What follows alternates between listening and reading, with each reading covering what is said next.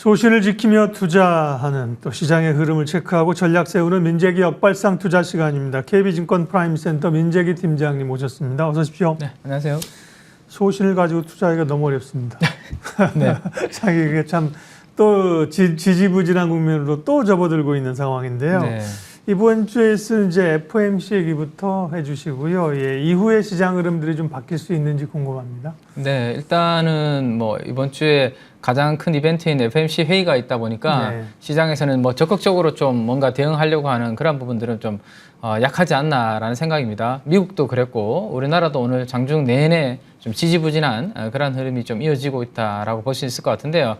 최근에 유가가 오늘 새벽에 또 뭐 WTI 기준으로 92달러도 상회하면서 혹시라도 또 FOMC 회의에서 좀 매파적인 발언이 나오지 않을까 이러한 경계감도 좀 있는 그러한 상황 아닌가 싶습니다.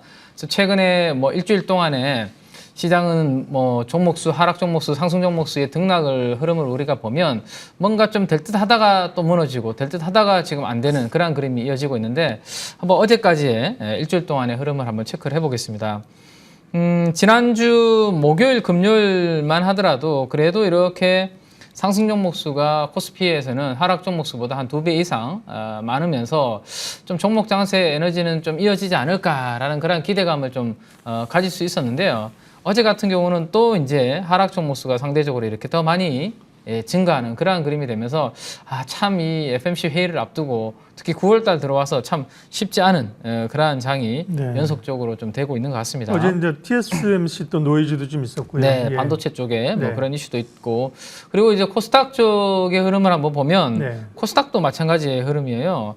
코스닥도 지난주 후반에는 이렇게 상승 종목수가 한 1000개 가깝게 이렇게 등락을 보이면서 이제는 좀 2차 전지가 좀 쉬더라도 다른 종목들로 활발하게 뭔가 상승 종목수가 늘어나면서 증가하면서 종목 장세가 좀 되지 않을까라는 기대감을 좀 가져봤다면 어제 같은 경우는 또 이제 하락 종목수가 반대로 또 1000개 이상 이렇게 상승 종목수보다 많이 늘어나다 보니까 말씀하신 대로 이제 반도체 관련해서 노이즈도 좀 있었고요. 소부장 관련주들 전반적으로 안 좋으면서 좀 찬물을 끼얹은 게 아닌가라는 생각입니다. 이제 우리가 FOMC 회의가 이제 바로 앞으로 다가왔기 때문에 9월 달에 기준금리 확률은 사실 거의 동결로 지금 99%를 반영을 하고 있습니다. 그래서 금리의 동결은 시장에서 별로 이슈가 되지 않겠죠. 그죠? 이미 다 동결로 어느 정도 예상을 하고 있기 때문에 그러면 이제 최근에 이제 약간 꿈틀꿈틀대고 있는 물가, 뭐 에너지 가격 이런 부분들로 인해서 어떤 코멘트를 해줄까 이 부분을 우리가 좀 지켜봐야 되는 부분이 될 것 같고요. 11월 달 같은 경우 10월은 건널뛰고 11월에 이제 FOMC 회의가 있는데 동결이 66%고요. 25bp 인상이 34% 정도 됩니다. 여전히 11월도 동결이 좀 우세한 흐름으로 진행이 되고 있습니다. 그래서 이날은 올 연내에는 뭐 이제 힘든 것 같고요. 적어도 동결이 언제까지? 내년도 원래 제가 한 3월 정도라고 지난 방송에서는 말씀드렸는데 예전에 좀 늦춰지고 있습니다. 뒤로. 네. 지금 보시면 여기가 이제 동결 구간인데요. 인하 쪽으로 살짝 움직이는 기대감이 내년 6월 정도는 되어야 적어도 지금과 같은 높은 수준의 고금리 상황은 내년도 5월달, 6월달 상반기까지는 좀 이어질 수 있다라는 부분들을 우리가 일단은 염두를 좀 해둬야 되지 않을까 싶습니다. 그래서 금리 인하 이 부분은 좀 쉽지 않을 것 같고요. 당분간은 고금리가 유지가 된다라는 것을 염두를 좀 해두셔야 될 것 같습니다.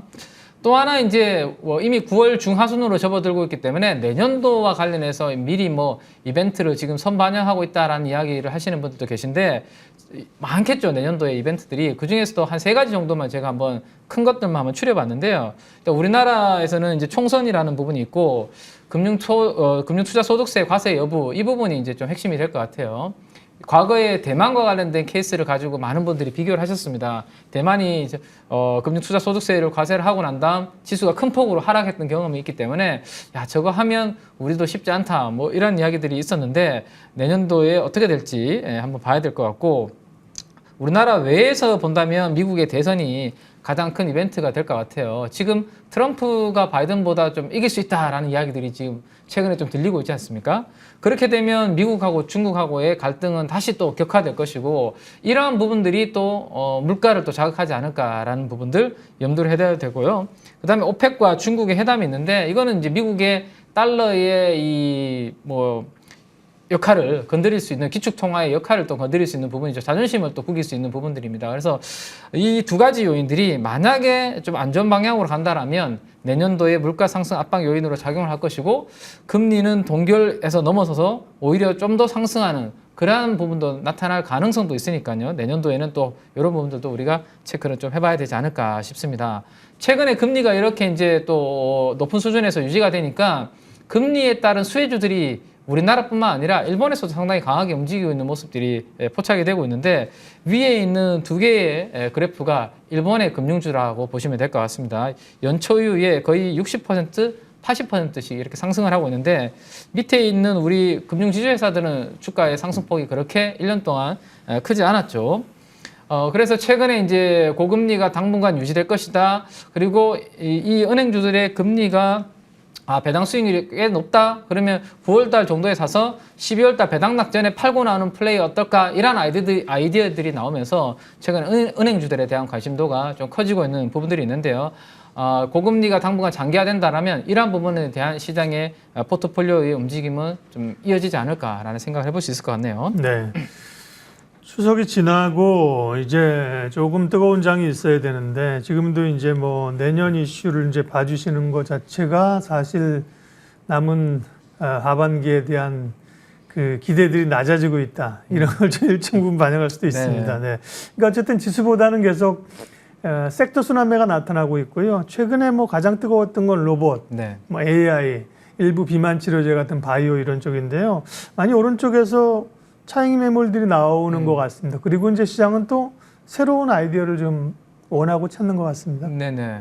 일단은 우리가 추석이 지나고 나면 10월 중하순이 되면 아마 대주주 양도소득세 과세 이러한 부분들에 따라서 경계 매물 그리고 차익 실현 매물들이 나올 것 같고 이미 선행해서 일부 물량들은 좀 출회가 되고 있는 것 같아요. 워낙 연초에 많이 올랐기 때문에 방금 말씀해 주신 그런 테마들이 그래서 상대적으로 좀 덜 오른 테마 조금 전에도 뭐 방송에서 아까 5G 관련된 장비주들 이야기를 하셨는데 그들은 대표적으로 원래 오른 게 없는 테마죠. 그러다 보니까 순환매가 되고 있는데 제 생각에는 또 하반기와 내년을 좀 큰 그림을 그려둔다면 이쪽 테마를 한번 공부를 좀 할 만한 분위기가 되지 않나라는 생각인데 우주 그리고 인공위성 관련된 부분들인데요.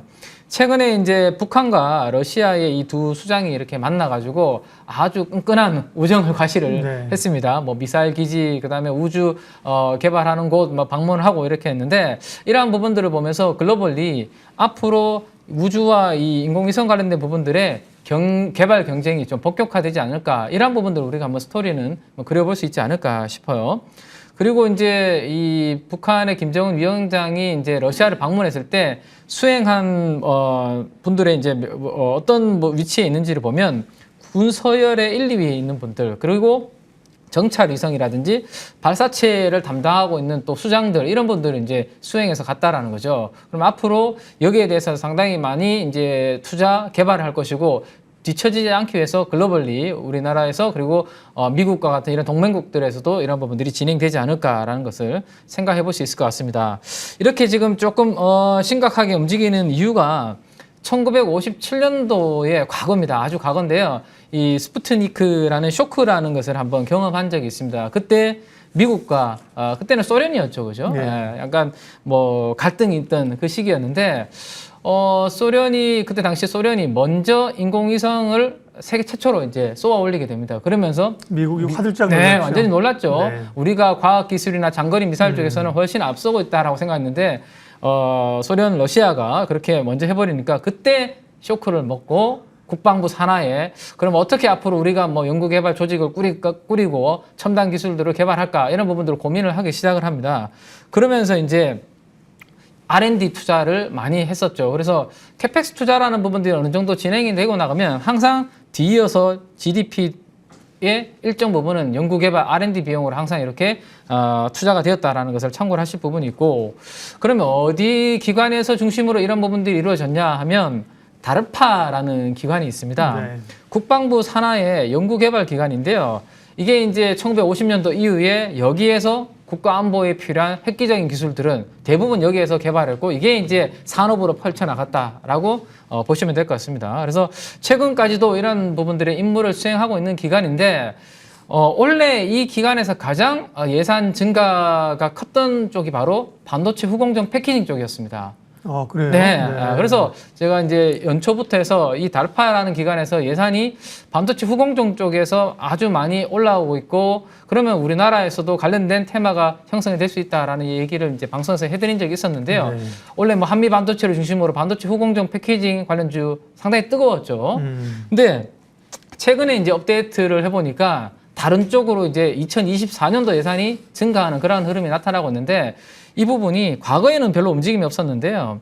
트럼프 대통령 시절부터 해서 미국이 중국을 막 때리기 시작했지 않습니까? 그때부터 이 달파라는 기간에 예산이 본격적으로 올라가기 시작했고, 어디에 돈이 들어가는지를 보면 우리가 차기 테마를 한번 체크해 볼 수 있다라는 측면입니다. 그래서 여기 왼쪽에 있는 동그라미가 바로 반도체 후공정 패키징 쪽이라고 보시면 되는데요. 저기. 그리고 이게 원래의 주도 테마였죠.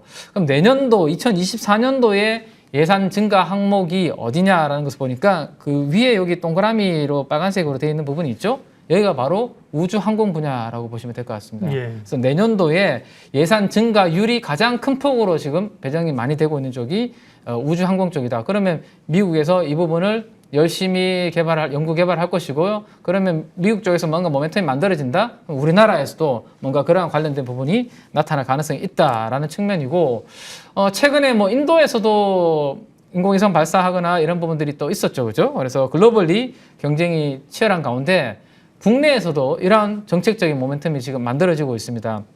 국회에서 한국판 나사라고 불리는 우주항공청법이 심사 돌입하고 있고 지금 토론이 막 이루어지고 있는데요. 이게 잘 통과가 되고 협상이 되면 10월 초중순 정도에 아마도 이 우주항공청법이 설립이 되지 않을까 싶습니다. 그러면 국내에서도 드라이브가 좀 걸릴 수 있는 모멘텀이 발생을 하고요. 내년도 예산안을 들여다보면 우주산업 클러스터라는 부분에 작년도에 없던 새로운 이렇게 예산이 책정이 된 부분들을 우리가 볼 수가 있습니다. 그래서 아마 미국도 그쪽에 우주항공 쪽에 예산을 많이 집행하고 있고 국내에서도 이런 부분이 있기 때문에 아마 올해 하반기 내년도에 우주항공 분야는 우리가 계속 좀 추적을 해야 되는 새로운 테마가 되지 않을까 싶고, 최근에 바닥에서 지난주부터 이제 북러 회담 이후에 조금씩 이제 움직임이 나타나고 있는데요. 사실 좀 전에 말씀해 주셨던 뭐 의료 AI, 로봇, 뭐 인공지능, 뭐 자율주행 그들에 비하면 사실 이제 겨우 이제 꿈틀꿈틀하고 있습니다. 그래서 단기적으로보다는 좀 중장기적으로 새로운 차기 주도주 중에 한 테마로 계속 추적을 좀 해볼 필요가 있겠다라는 것을 말씀을 좀 드리겠습니다. 네, 리스트를 쭉 관련주를 보여주고 계십니다. 네. 최근에는 이제 표에 나타나는 것처럼 뭐 AP 위성이 좀 주목을 받고 있고요. 한국 항공우주도 좀 올랐군요. 그 밖에 뭐 인텔리안테크, 세트레가이 이런 보여주신 제노코도 있었고요. 오늘 뭐 5G도 오릅니다만 5G는 뭐 결이 좀 같을 수도 있지만 좀 다른 통신 쪽이고, 지금 이제 오늘은 이제 우주 항공 쪽에서 이제 특별히 우주 쪽 얘기를 하셨기 때문에요. 관련주들 미리 좀 체크해 놓고 보도록 하겠습니다. 민재기업발상 투자 KB증권 프라임센터 민재기 팀장님 함께 했습니다. 고맙습니다. 네, 감사합니다.